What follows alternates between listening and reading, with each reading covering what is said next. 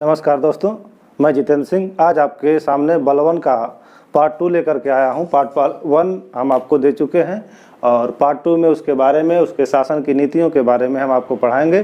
तो अगर आपको मेरा यह वीडियो पसंद आए तो प्लीज़ इसे लाइक, शेयर और सब्सक्राइब ज़रूर करें। चलिए आइए देखते हैं क्या है बलवन के बारे में।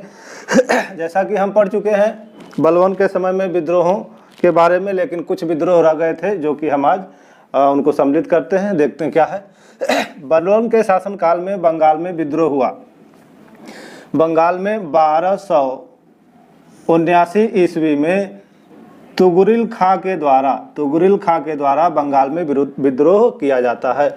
अब यह तुगरिल खां कौन था? तो याद रखिएगा, तुगरिल खां बलवन का एक दास था। परीक्षा में पूछा गया है कि किसी सुल्तान के दास द्वारा प्रथम बार विद्रोह किसने किया था या किसके शासन में किया गया था? तो वह था बलवन। तो प्रथम बार किसी सुल्तान के दास द्वारा विद्रोह किया गया और वह दास कौन था? तुगरिल खां था। कब किया था उसने? 1279 ईस्वी में। अब जब विद्रोह कर देता है तो बंगाल में विद्रोह को दबाने के लिए बलवन ने क्या किया कि अवध का एक सूबेदार था जिसका नाम था अमीन खां।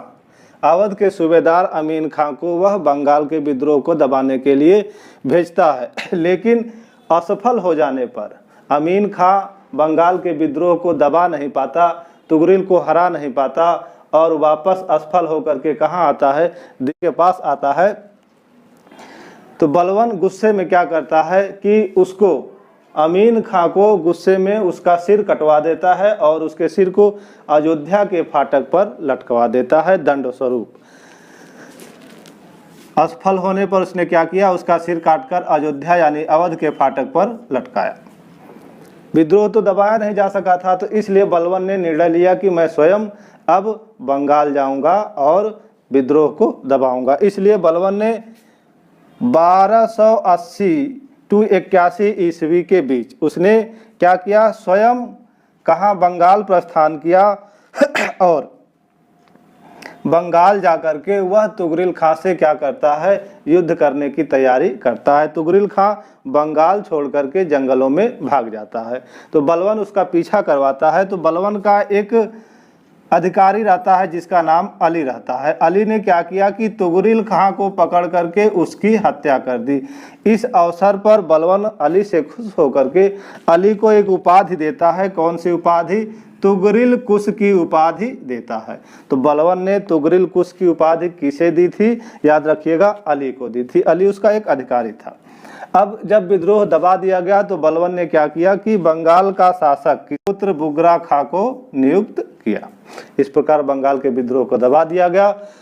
अब हम देखते हैं कि बलवन दिल्ली सल्तनत के शासनकाल में ऐसा शासक था जिसने अमीरों को उनकी छोटी छोटी गलतियों के लिए बड़ी बड़ी सजाएं दी थी, यहाँ तक कि मौत की सजा भी दी थी। तो दिल्ली सल्तनत का ये पहला ऐसा शासक था जिसने अमीरों को निशाना बनाया। किस लिए निशाना बनाया?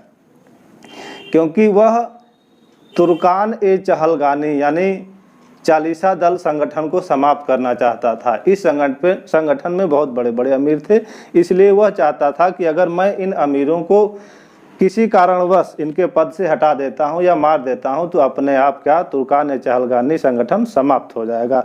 यह संगठन शासन में बहुत ही ज़्यादा हस्तक्षेप करता था। इस कारण बलवन ने क्या किया कि अमीरों को सजा देने की नीति अपनाई। अब सजा देने में उसने क्या किया कि बदायूं का एक इक्तेदार था जिसका नाम क्या था? मलिक बकबक। मलिक बकबक ने क्या किया कि एक दास को कोड़े से पीटा और पीटने के कारण उस दास की मृत्यु हो गई।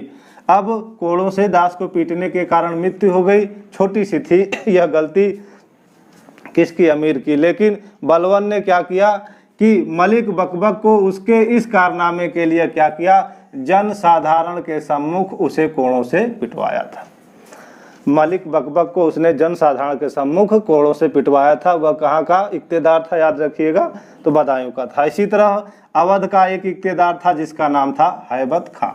हैबत खां ने क्या किया कि एक दास की हत्या कर दी। अब बलवन ने क्या किया कि दास की हत्या करने के कारण हैबत खां को 500 कोड़े लगाने की सजा दी थी। परीक्षा में एक बार पूछा गया है कि बलवन ने 500 कोड़े लगाने की सजा किसे दी थी, तो हैबत खां को दी थी। यह कहाँ का इक्तेदार था, तो अवध का इक्तेदार था, याद रखिएगा।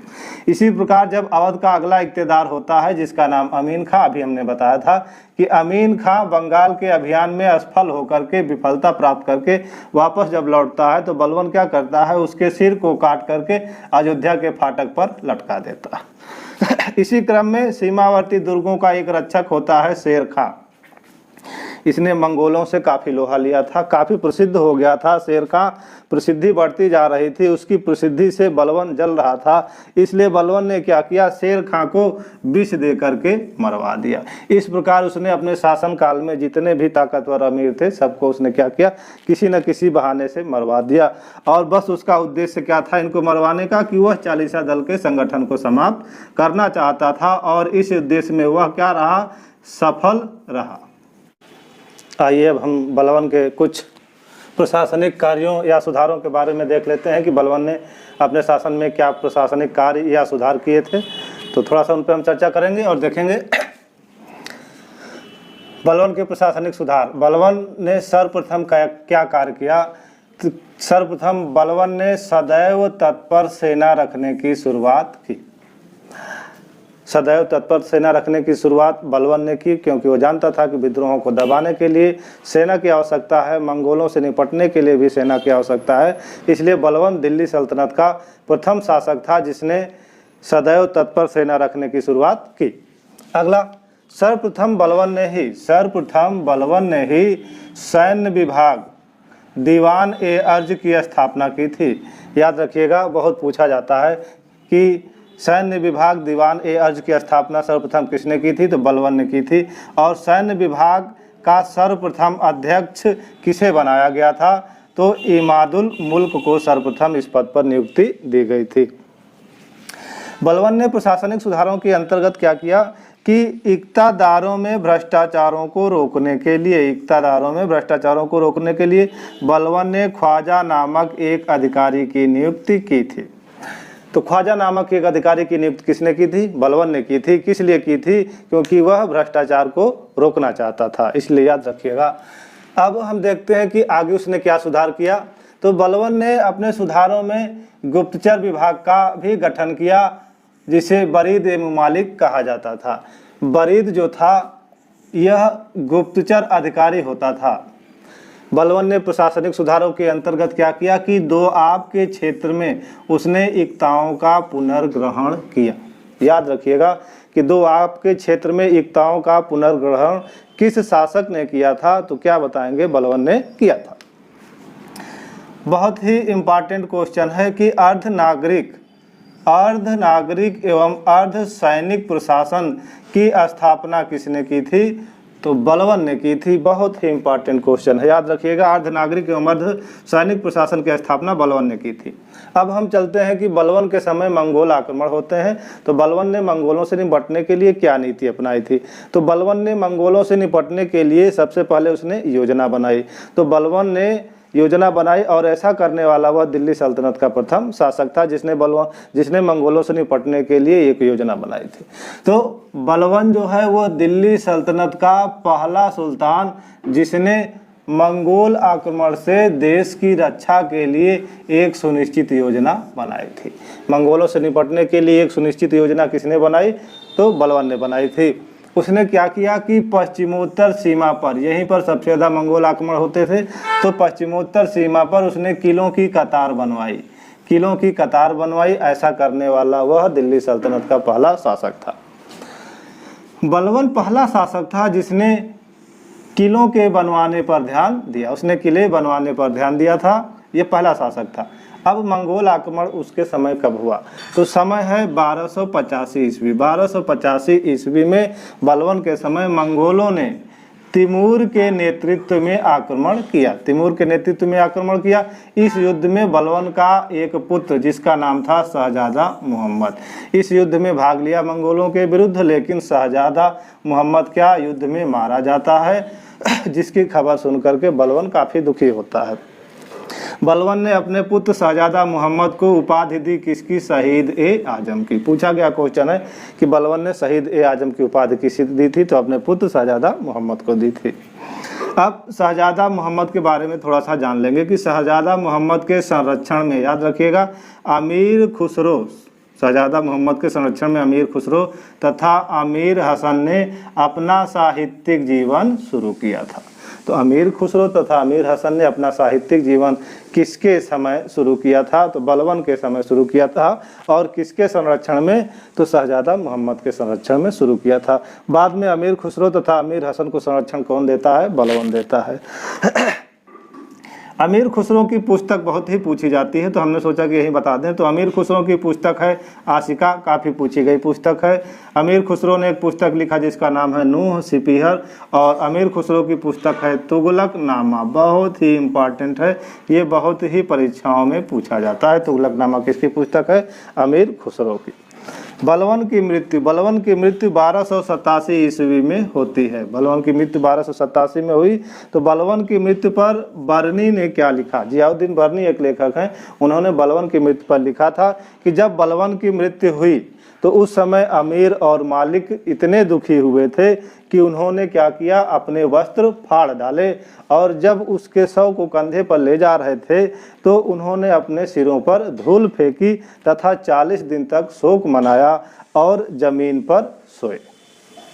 तो इस प्रकार से आप देखते हैं कि बलवन की मृत्यु कैसे हुई। थोड़ा सा अब हम बलवन के उत्तराधिकारियों के बारे में देख लेते हैं।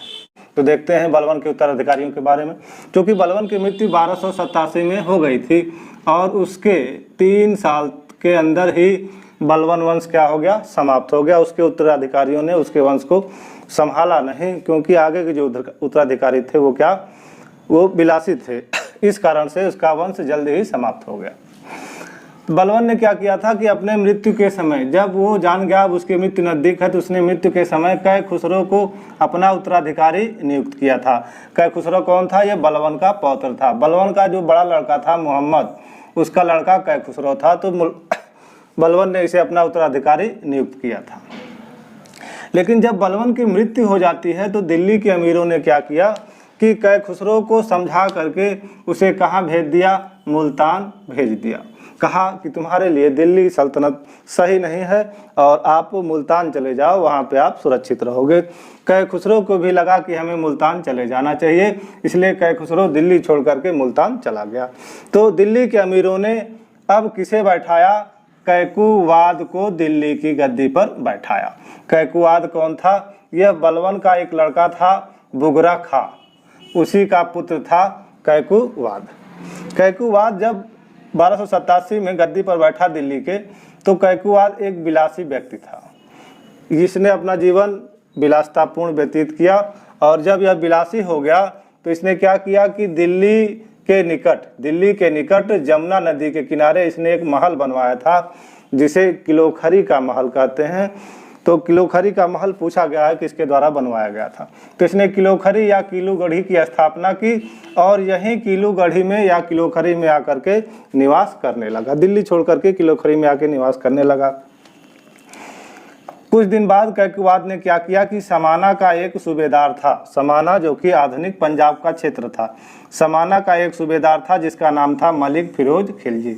उसने मलिक फिरोज खिलजी को समाना से बुलाया और उसे बरन का राज्यपाल नियुक्त कर दिया। कहाँ का? बरन का। और बरन क्या है? आधुनिक बुलंदशहर का क्षेत्र बरन के अंतर्गत आता है। तो बरन का उसे राज्यपाल नियुक्त कर दिया। इसके साथ ही साथ कैकुवाद ने क्या किया कि मलिक फिरोज खिलजी को आरिज ए मुमालिक का पद भी दे दिया और उसे शाइस्ता खां की भी उपाधि दी।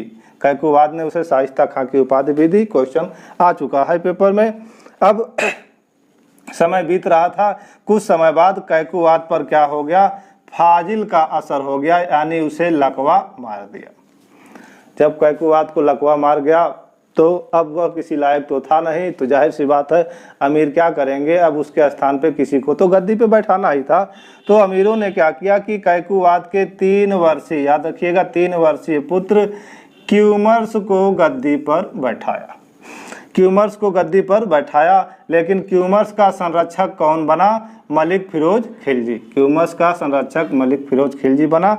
उसने कहा कि मैं क्यूमर्स की देखभाल करूंगी, मेरे संरक्षण में करूंगा, मेरे संरक्षण में क्या रहेगा? शासक बना रहेगा। समय बीतता गया। अब मलिक फिरोज खिलजी के मन में भी क्या? शासक बनने की लालसा जाग उठी। तो उसने क्या किया कि क्यूमर्स की हत्या करवा दी और कैकुवाद, जिसे फालिस मार दिया था, उसको क्या किया कि चादर में लपेटवा करके, जीवित ही चादर में लपेटवा करके उसे यमुना नदी में फेंकवा दिया। यमुना नदी में फेंकवा दिया तो जाहिर सी बात है, किसी भी जीवित व्यक्ति को आप पानी में फेंकेंगे किसी चादर में लपेट करके, तो क्या उसकी मृत्यु हो जाएगी। कैकुवाद मर गया। मरने के बाद अब दिल्ली की गद्दी पर कौन बैठा? मलिक फिरोज खिलजी। तो इसने, याद रखिएगा, इसने बलवन वंश के अंत करके एक नए वंश की स्थापना की, जिसे खिलजी वंश कहा जाता है। तो एक बार प्रश्न आया था कि इलबारी वंश का अंत किसने किया था? तो याद रखिए, जलालुद्दीन फिरोज खिलजी ने किया था। तो इलबारी वंश की सत्ता समाप्त करके जलालुद्दीन फिरोज खिलजी ने खिलजी वंश की स्थापना की। तो दोस्तों, अगर ये वीडियो आपको पसंद आया हो तो इसे प्लीज़ लाइक, शेयर और सब्सक्राइब जरूर करें।